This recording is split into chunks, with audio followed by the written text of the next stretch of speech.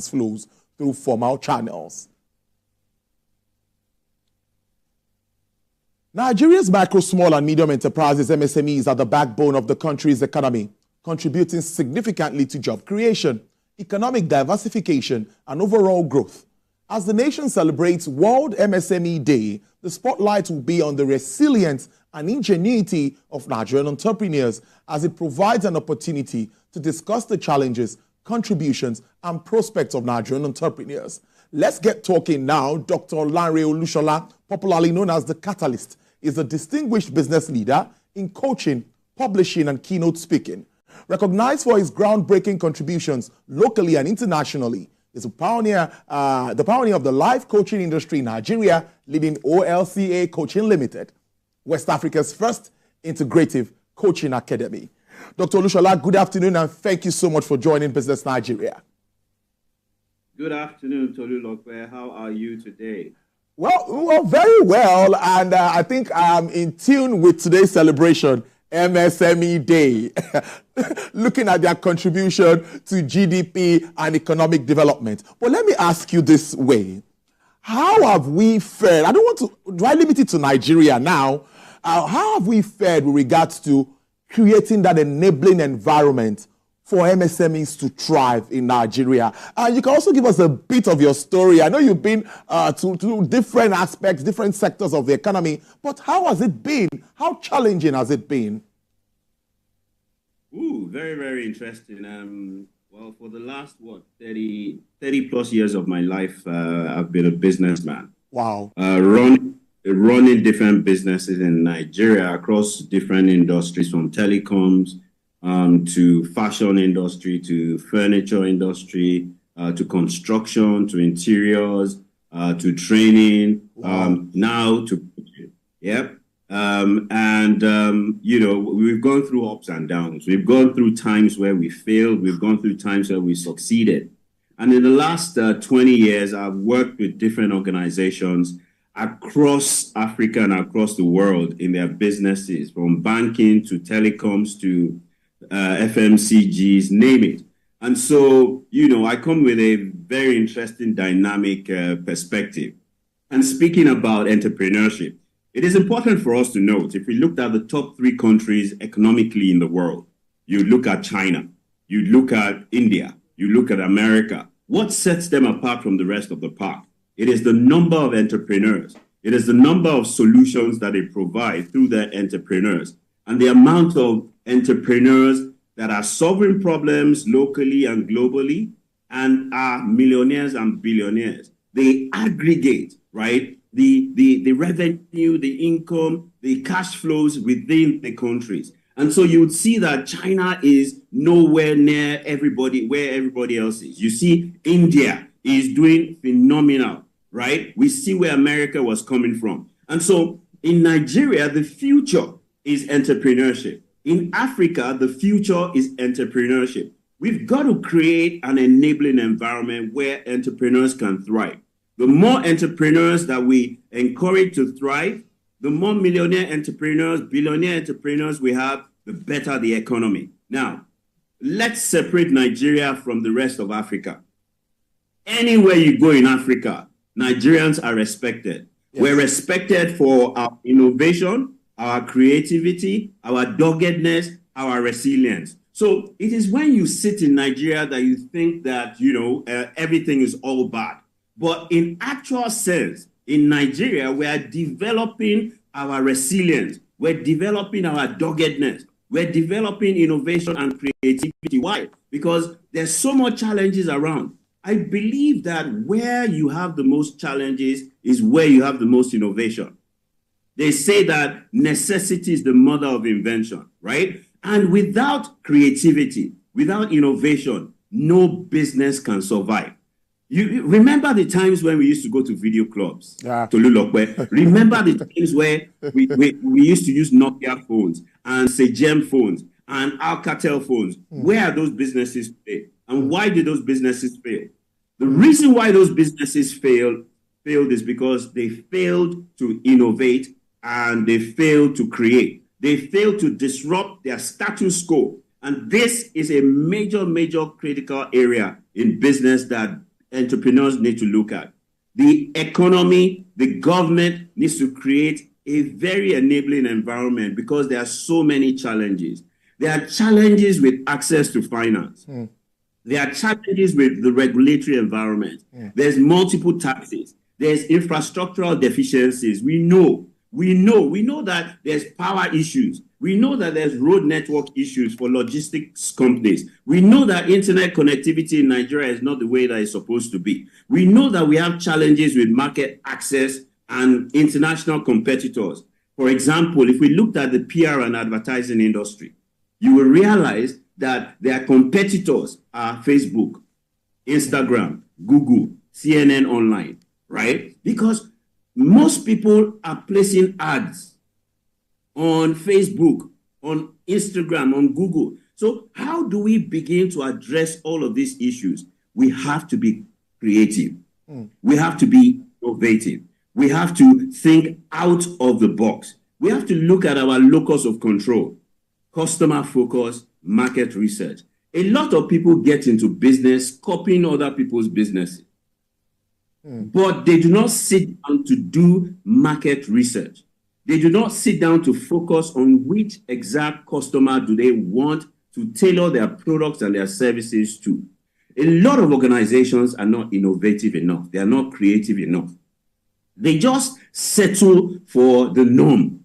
You've got, in this day and age, in this volatile, unpredictable, complex, and disruptive world, you have to be innovative. You have to use technology. You have to leverage on technology to enhance productivity, to reduce time, to reduce even the number of people that you are employing, to reach a broader audience. You've got to utilize digital tools for your marketing, for your sales, for customer relationship management, for operational efficiencies. It is impossible today, as we speak, for you not to leverage on artificial intelligence if you truly want to succeed. Another reason why African and Nigerian entrepreneurs struggle is lack of financial management skills.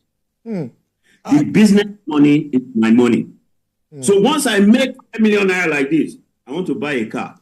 You have to separate your money from the business money. Meaning you have to pay yourself salary. You have to put the right structures and processes and systems in place. So let me just leave it at that. Perhaps you have another question. It's really a good start. Moving into technology, many would say, like Nigerian MSMEs didn't really take advantage of technology until COVID struck. So some will say COVID opened up all the ways. We now have Zoom meetings. We now can do our transactions online. So many things came up. But are small businesses leveraging tech like that you identified in this part of the world? Are we doing so well with regards to that at the moment in your assessment? In my assessment, based on where we are, based on the challenges that we have, infrastructure of internet, no light, right? We don't have a lot of those infrastructures like the Western world. But people are buying smartphones, people are buying small generators, and people are getting data. And they are doing a lot of stuff on the digital platform. I can assure you that some people, okay, let's look at our content platforms, right? Do you know how much our content creators are making? With entertainment. Look at music. Do you know how much musicians are making just based on streaming alone? Do you know how much people like Macaroni are making from Facebook, from YouTube, on a daily basis, on a weekly basis? If it was not tech, if it was not digital platforms, they will not be making that kind of money. Yes, there was a disruption. The disruption was based on COVID. But one thing that Nigerians know how to do is to take advantage of opportunities. We also know how to create opportunities. And Nigerians, they have leveraged social media, they have leveraged digital media, and they are taking full advantage. They are positioning their brands, they are using it to market themselves, they're using digital marketing to push themselves. They are creating content. They are positioning their brands. Nigeria, we are far ahead. If you go to countries like Uganda, or go to countries like Ghana, or go to countries like Rwanda, right, or Kenya, or Egypt, you will realize how far advanced we are. You see, you do not know where you are if you do not compare yourself with somebody else. The problem with us is we are comparing ourselves with ourselves. Let's step aside and let's compare ourselves with the average entrepreneur in Ghana, with the average entrepreneur in Rwanda, with the average entrepreneur in Egypt. You will realize that we are head above shoulders how it is supposed to be. But I know without a shadow of a doubt, right, this economy is going to turn. Things are going to change. We must all believe that things will change. We must all play our own part for things to change. Once we continue to mouth negativity, once we continue to believe that there's no hope, our beliefs and our lack of hope or our hopelessness is going to keep us where we are. Look, we have spoken negatively about the nation. We have spoken negatively about our leaders. We have spoken negatively about, the environment that we live in for so many years. Where has it gotten us to? Nowhere. It is time that we change what we have been doing so that we can achieve something else. They say that the definition of insanity is to keep doing the same old thing the same way and expecting a different result. It is time for Nigerians to be patriotic. It is time for Nigerians to love Nigeria. It is time for Nigerians to love Nigerians. It is time for Nigerians to believe in a better tomorrow. It is time for Nigerians to begin to position themselves to create the better tomorrow that they want to experience. Now, there is no Nigeria without you and I. We are Nigeria. So when we point at a Nigeria and say Nigeria is bad, Nigeria is corrupt, Nigeria is this, who are we talking about? We're talking about ourselves. So we need to become the change that we seek in Nigeria. And this is where the change begins. Interesting stuff. Now, let's take it a bit further. There's also a challenge that also comes to my mind, and I'm worried about it. Many will say it's not always all about funding in some cases. Do we always have bankable projects? A bank like Bank of Industry would not want to put money when it's not sure of the returns. So what about how innovative are we with regards to coming up with bankable projects? I'm sure you've seen a lot of pitches, you've seen a lot of ideas. So share with us what you've seen. You've hit the nail on the head. Okay.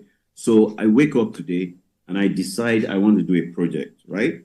And maybe somebody helps me write a business plan. And then they project that in the next 10 years, this business will generate an income of, let's say, hypothetical 1 billion naira, right? Right, in 10 years. However, the first year revenue is 10 million naira. But the entrepreneur is already seeing himself as a billion naira company. So he doesn't have the competencies, he doesn't have the capacity, he doesn't have the people, he doesn't have the knowledge, he doesn't have the know-how, right? For that business that he has seen in 10 years. But he needs to start somewhere, right? They say that the journey of 1,000 miles begins with the first step. I say no, the journey of 1,000 miles begins with the first step in the right direction and consistent steps in that direction. So that guy wants to go to a BOI and go and borrow 200 million naira because he's thinking, I need to get an office in Ikoyi. I need to get a company car, maybe a Lexus Jeep. I need to equip my entire office. How about starting small? How about starting small? Your first, you are not going to generate more than 10 million naira. What do you want to borrow 200 million naira for? And so you go to a bank and say, borrow me 200 million naira. They've looked at your business projections. The first 1 year is 10 million. How do you want to pay back? So they tell you to go and bring your mother's head. They tell you to go and bring your grandfather's leg. They tell you to go and bring collateral that you don't even have. So you are discouraged and you say, oh, they don't want to give me money. How about asking yourself, what exactly do I need? Probably you need 3 million naira. Ask yourself, what do you have? Oh, you have that wristwatch. Oh, you have that car. You have 2 cars. Oh, you have a few things, right? That you from monies you've made in the past. Go and sell it. Go and pawn it. And use your 3 million naira to start that business. Or go to your family and say to them, you know what? Come and buy equity in this business, right? This business, we need 5 million to start it off. Let's use one of the rooms in the house, okay? You, my brother, you give me 1 million. You, my best friend, you give me 1 million. And get the money that you need and start small and grow rapidly. But you must be prudent. You must be disciplined. Now, you want to now go to the bank. You want to blow. You want to pepper them. You want to join the pepper them gang. You see, before the business even starts, the business has failed. So it is not access to funds. Let me give you a classic scenario, right?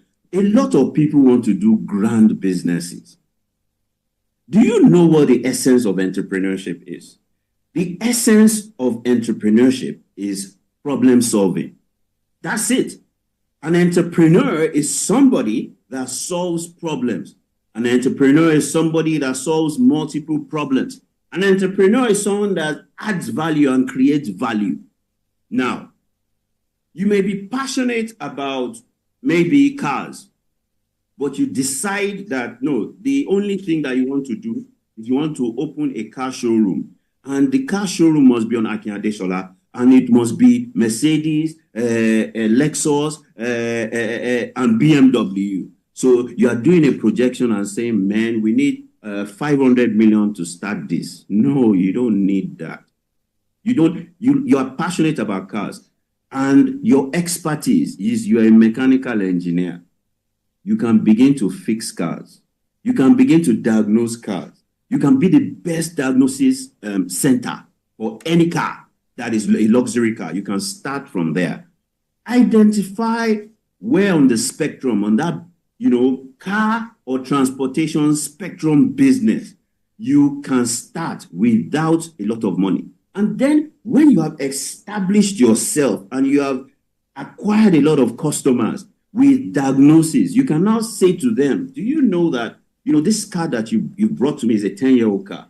How about I help you get a car that is between 1 to 3 years old that will not give you a problem? So that same client that you are diagnosing his car problem becomes a customer for buying cars. Then every week, you are able to sell 7 cars that way. Then you grow from there. But no, I don't want to be seen the way that these people are doing their own. Me, I want to blow. I want to blow instantly. Nigerian entrepreneurs need to humble themselves. They need to come to the reality of the environment that we're operating in. See, why are Lebanese people coming to Nigeria in thousands? Why are Indians and Chinese coming to Nigeria in thousands? Why are Europeans coming to Nigeria in thousands? Why are Americans coming to Nigeria in thousands if there are no opportunities here? Look, these guys have identified that it is where there's the greatest challenge, that there's the greatest opportunity to make money. And so you will see the Lebanese. They are the guys that now control, the hospitality industry.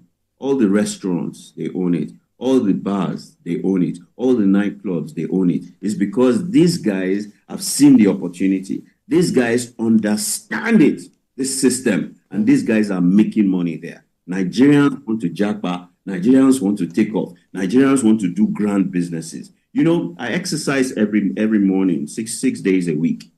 And I see people selling food by the roadside, people selling pure water, right? And so one day I engaged, the different categories of food sellers. And one of them said to me that, you know what, right? On a daily basis, I sell about food in those flasks, so in near those construction sites, right? One of them said to me that I sell approximately 50 to 60,000 a day. Another one that hires a boss and is almost like high level says I sell about 150,000 naira rice, beans, momo, egg.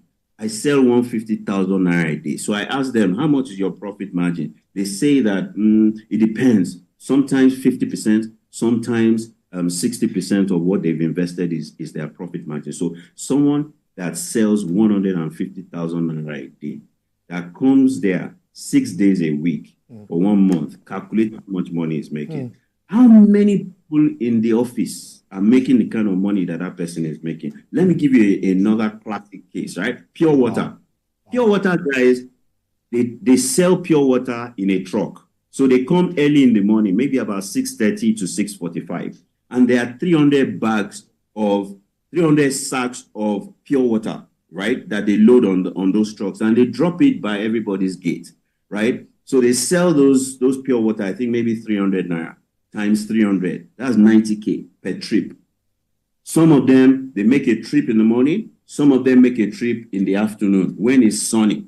So some people make 90K a day, right, in terms of turnover. Some people make twice, 180K a day in terms of turnover. Pure water. No, I want to open a shop on Akinade Shola. I want to blow. Look, ladies and gentlemen, it's important for us to recognize that there are many problems around us, right, that we're not seeing, that we can solve without plenty money. You see, I walk on the streets of Lagos every day, and I see money on the streets. We're leaving too much money on the streets. It is time for us to up. It is time for us to be aware. It is time for us to open our eyes and see the problems that people have. Entrepreneurship is about solving problems. Ask yourself, what problems am I passionate about solving? What problems am I empowered, equipped, or do I have the competency or the capacity to solve? Start from there. Start with what you're passionate about, right? Start with it, because irrespective of the challenges that you face, you will not stop doing it. You will find a way to overcome those challenges. And you've got to be able to ask yourself, all these international people that are coming to Nigeria, what do they see? The way we see our country is the way the country will benefit us or not. The way we see the problem will be our problems. I yield the mic to you. Wow, interesting conversation. I must say, I'm charged up, and I'm sure someone watching is also getting this message. But that's what time can take. We hope to have you again join our program. Dr. Lanre Olusola, it's the first time on the show. Really appreciate this. The catalyst. We thank you so much. Do enjoy the rest of your day, and thank you for your time. Thank you. You too. Bye-bye. All right, there, coming up on the show, I have another doctor in the house. Dr. Femi Oladele is in the house. We'll continue the discussion around the MSME Day for 2024. Yes, it's a big space. They're talking about more than 100 million